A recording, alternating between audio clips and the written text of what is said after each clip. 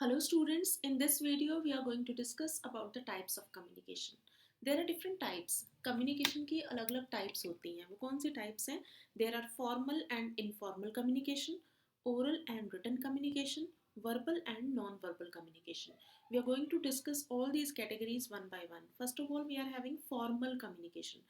Formal communication क्या है? जैसे हमने एक लास्ट वीडियो की थी चैनल्स ऑफ कम्युनिकेशन की, उसमें भी हमने बात की थी देयर इज फॉर्मल कम्युनिकेशन, मतलब किसी भी ऑर्गेनाइजेशन के अंदर जो कम्युनिकेशन हो रही है that is formal communication. Informal communication जैसे ग्रेप वाइन है, र्यूमर्स हैं, ये सारी इनफॉर्मल कम्युनिकेशन है. Next category is oral and written communication. Oral means by the way of spoken words, जब हम बोल के दूसरे से बात कहते हैं दैट इज ओरल कम्युनिकेशन. अब इस कम्युनिकेशन के प्लस पॉइंट भी है, माइनस नेगेटिव पॉइंट्स भी हैं.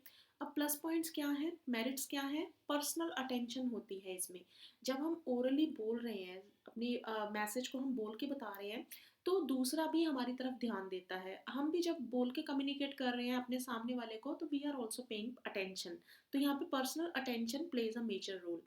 Then it is quick and simple. आपके मन में कोई बात आई, आपने बोल के बता दी, तो it is a quick way of communicating. It is simple. आपको कोई प्रोसेस में इन्वॉल्व होने की ज़रूरत नहीं पड़ती. जैसे फॉर्मली आपने एक लेटर लिखा, फिर वो अपने मैनेजर को दिया, मैनेजर ने सीईओ दिया. There is nothing like that. You are just having some thought and you convey it. It is simple. Then other merit is emergency needs. अगर कोई एमरजेंसी नीड्स हैं तो उसमें हम ओरली अपनी बात कन्वे करते हैं. सपोज आपके कुछ चोट लग गई है या यू फाइंड स्कैर्ड, तो वहाँ पे आप एकदम से चिल्लाओगे, you get attention of other people. तो वहाँ पे आप ये नहीं सोचते कि मैं लिख के बताऊँ दूसरे को कि हाँ मुझे यहाँ पे डर लग रहा है या मेरे साथ ये एक्सीडेंट हो गया है. तो एमरजेंसी नीड्स को फुलफिल करती है oral communication. Then it is having easy understanding. हम आसानी से समझ लेते हैं. किसी ने हमें बात कही, हमने उसे समझ लिया. It is having flexibility. We can change it according to the circumstances. जैसे कम्युनिकेशन, जैसे हमने जिन सर्कमस्टांसेस में अपना मैसेज कन्वे करना है, सपोज मैंने अपने पास बैठे पर्सन को कुछ कहना है, तो आई कैन इवन विस्पर, मैं धीरे से भी उसको बात कह सकती हूँ. लेकिन हमने अगर दूर कोई खड़ा है, सपोज आप अपनी क्लास में या अपने रूम में बैठे हुए हैं and somebody is standing, you can see the person is standing by your main gate के पास खड़ा है कोई, तो आप थोड़ा अपना लाउड वॉल्यूम से बोलोगे. अगर कोई गली में दूर जा रहा है, आपने उसको आवाज़ लगानी है, तो your volume will be a bit louder. तो इट कैन चेंज. हम अकॉर्डिंग टू सिचुएशन इसको चेंज कर सकते हैं. The next is it is economical. Economical means you don't have to spend money for it. आपको इसके लिए पैसे नहीं खर्च करने पड़ते. आपने किसी को कोई बात कहनी है, यू जस्ट स्पीक इट, कोई पैसे आपके लगे नहीं है. It is confidential. ये कॉन्फिडेंशियल बातें करने के लिए इंपॉर्टेंट होती है. आप चाहते हो कि मेरी बात सिर्फ इसी पर्सन तक रहे, तो you just convey that message to him और हर बाय स्पीकिंग. आप उसको वो बात बोल देते हो. अगर आपने वो बात लिख दी, मैसेज टाइप किया, आपने व्हाट्सएप किया या फिर आपने मेल किया, तो many person can see it sooner और लेटर.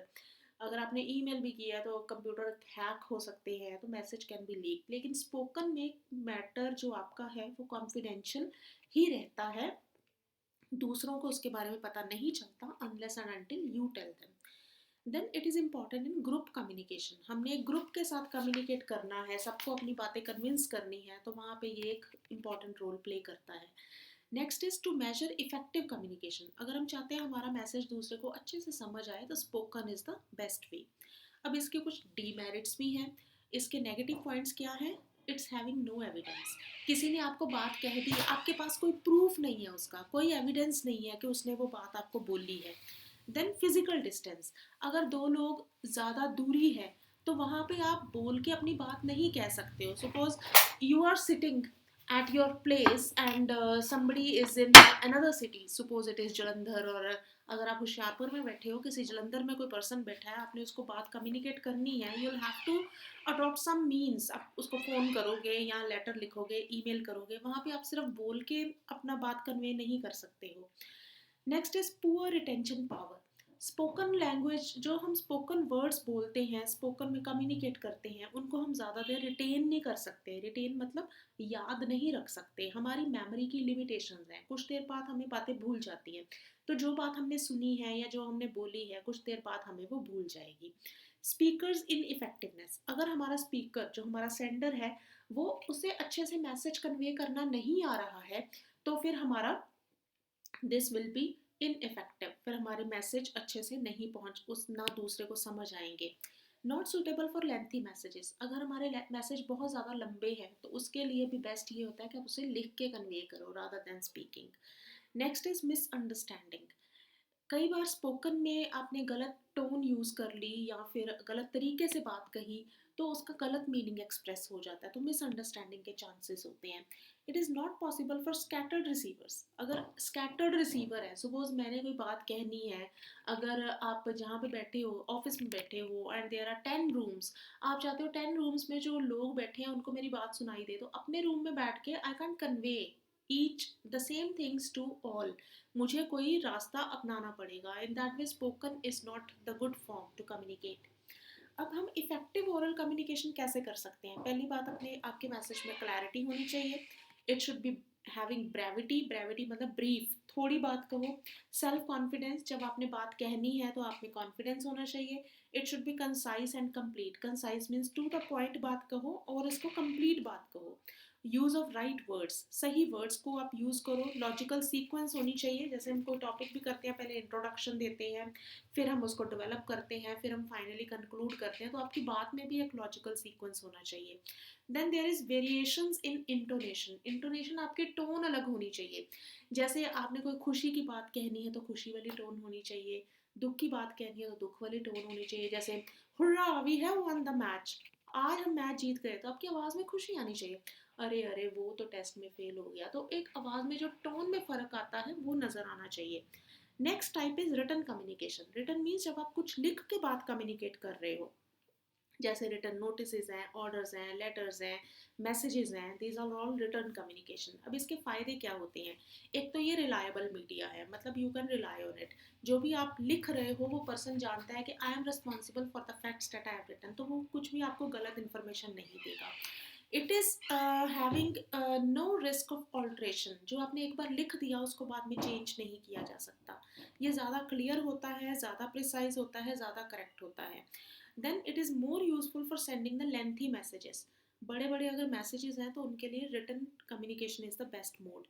इस it is useful for sending message to a large number of people. अब देखो, आप अपनी बुक पढ़ रहे हो, now this book is being read by all the students in Punjab. अब राइटर ने एक टॉपिक लिख दिया, उसको सारे पंजाब में स्टूडेंट्स पढ़ रहे हैं, they are thousands, thousands of them, लेकिन उन सबको सेम मैसेज जा रहा है। That is possible because of written communication.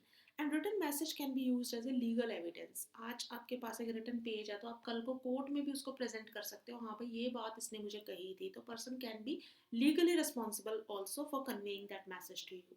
अब इसके भी डीमेरिट्स हैं। इट इज़ टाइम कंज्यूमिंग, कुछ लिखना है आपने, आपको सोचना पड़ेगा, उसके आप चॉक आउट करोगे पॉइंट्स कि मैंने पहले ये लिखना है, फिर ये लिखना है, फिर आप उसको लिखोगे, फिर आप उसको मैसेज को एक प्रॉपर वे, आप चाहे लेटर को पोस्ट करोगे तो टाइम लगता है। इट इज़ एक्सपेंसिव ऑल्सो, लिखना है, कागज़ चाहिए जो आपको फ्री में नहीं मिलता है, पेन चाहिए, उसकी इंक भी आपको फ्री में नहीं मिलती है, पोस्ट करना है तो टिकट्स लगानी है, कुछ भी, it consumes money. Then it is a formal means of communication, so it lacks personal interest. इसमें पर्सनल इंटरेस्ट नहीं होता, पर्सनल फीलिंग्स इसमें नहीं होती हैं, और सेंडर और रिसीवर में डायरेक्ट कॉन्टैक्ट नहीं होता। जैसे आपके सामने ये बुक है आपकी, आपका राइटर के साथ कोई डायरेक्ट कांटेक्ट नहीं है। अगर आपको कुछ समझ नहीं आ रहा तो आप राइटर को नहीं बोल सकते कि मुझे ये पॉइंट तुम्हारा समझ नहीं आया, और राइटर को पता भी नहीं चलेगा कि मैंने ये जो टॉपिक लिखा था इसको समझ नहीं आया।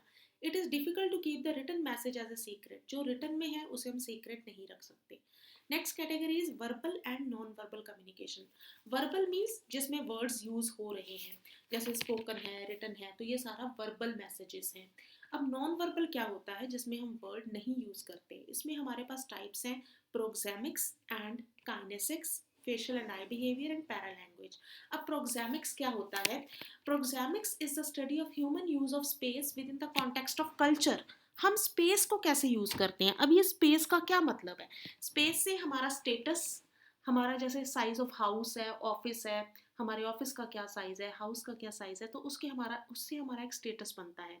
हमारी रिलेशनशिप टेरिटरी होती है, हमारे किसी पर्सन के साथ कैसे रिलेशंस हैं, प्राइमरी रिलेशन है जैसे हमारे अपने जो हमारे फैमिली मेम्बर्स हैं उनके साथ हमारे प्राइमरी रिलेशंस होते हैं, या सेकेंडरी फ्रेंड्स के साथ रिलेशंस होते हैं, पब्लिक रिलेशन होते हैं जैसे हम पब्लिक डीलिंग में अगर इन्वॉल्व होते हैं। तो जैसा हमारा रिलेशन है सामने वाले बंदे के साथ हमारा वैसा ही बिहेवियर होता है। जैसे सपोज अगर हम अपने फैमिली मेम्बर से बात कर रहे हैं तो हमारे बीच में स्पेस कम होगी। दो फैमिली मेम्बर्स जब बात कर रहे हैं, जब घर में हैं, तो उनके आपस बीच में जो स्पेस है, मतलब आपस में डिस्टेंस कम होता है। लेकिन वही अगर फ्रेंड्स है तो डिस्टेंस थोड़ा ज़्यादा होता है। और वहाँ अगर पब्लिक है तो आजकल तो हम वैसे सोशल डिस्टेंस की बात करते हैं, लेकिन वैसे भी अगर हम पब्लिक से बात कर रहे हैं, आप गली में किसी से कोई चीज़ ले रहे हो, सामान लेने जा रहे हो शॉपकीपर से, तो आप उसके इतने पास नहीं खड़े होते जितना आप अपने फैमिली मेम्बर के पास खड़े होते हो। तो this is proxemics. The next is kinesics. Kinesics is a study of body movements. हमारी बॉडी मूवमेंट की स्टडी को बोलते हैं काइनेसिक्स। इसमें क्या क्या आ जाता है, हमारे फेशियल एक्सप्रेशन, हमारे फेस से खुशी पता चलती है, दुख पता चलता है, हमारा पोस्चर, बैठने का तरीका, हम अलर्ट होकर बैठे हैं या ढीले ढाले बैठे हैं, बॉडी मूवमेंट, अपने हाथ हम हिला रहे हैं, जेस्चर्स कर रहे हैं, हम किसी को इशारा कर रहे हैं, आई कांटेक्ट दूसरों के साथ, दूसरों की आइज़ में आइज़ डाल के देख रहे हैं, हैंड मूवमेंट कर रहे हैं, यूज़ ऑफ स्पेस, हम स्पेस किसी से डिस्टेंस कितना मेंटेन रख के बात कर रहे हैं, अटायर, अटायर मतलब आपने ड्रेस कैसी पहनी हुई है, वो भी आपका एक मैसेज कन्वे करता है। अगर आप आ गए हो, आपने पूरी पार्टी वेयरिंग ड्रेस पहनी हुई है तो it is clear you are going to a party. अगर आप फॉर्मल ड्रेस में हो तो या तो आप ऑफिस जा रहे हो या आप अपने एजुकेशनल इंस्टीट्यूशन में जा रहे हो, तो your attire also conveys the things. Non verbal vocalisation होती हैं। नॉन वर्बल वोकलाइजेशन को हम पैरा लैंग्वेज भी बोलते हैं। जैसे हम बोलते हैं किसी से बात करते हैं, अगर कोई आपसे बात कर रहा है और आप कहते हो मतलब you haven't understood, you want that person to repeat the thing again, है ना। हम ये नहीं पूछते कि तुमने क्या कहा, हम सिंपली एक वोकलाइजेशन करते हैं, या हाँ, मतलब I have understood what you have said. तो वो पूरी लाइन कहने की बजाय हमने बोल दिया हाँ। तो ये जो है, ये हमारी पैरा लैंग्वेज होती है। तो this thing you are to study it and understand it, और इसे अच्छे से आप मेमोराइज करो। So this is all. I've shared the slides with you. The matter is also in your books. So learn it well. Thank you.